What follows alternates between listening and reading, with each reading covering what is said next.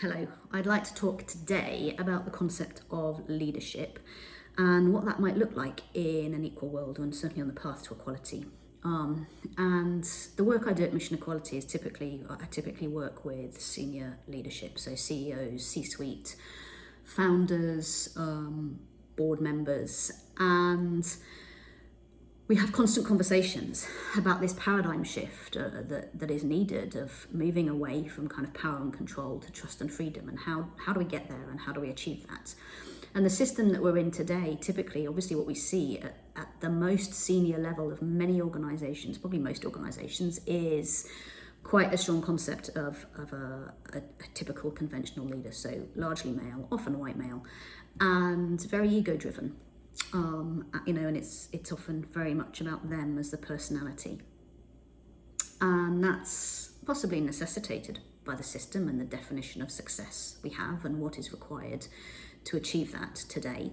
But in an equal world, what does that look like?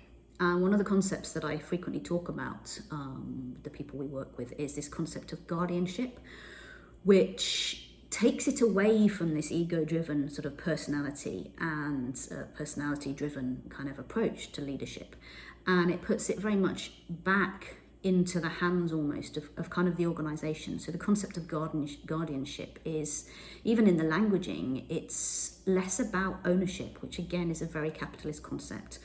The CEO, the founder, they don't own the company. It's about looking after its survival, nurturing it, protecting it so that it can thrive. And it's a very different concept and approach to leadership than the one that we have today. So those are the kinds of conversations that we have, and it's certainly what we've looked at Mission Equality. We have what we call 3 guardians at Mission Equality, and we look at what that means to be a guardian, and it's very much about the role. It's not about the people within the role, and so that the role and that level, that concept of guardianship survives beyond the people, which also allows the organization to survive beyond any particular people within it. So it's a very different concept. It's multifaceted, multi-layered, but it's certainly something that I think is worth talking about if your organization is looking to pave a path to equality and looking at how you can do leadership differently.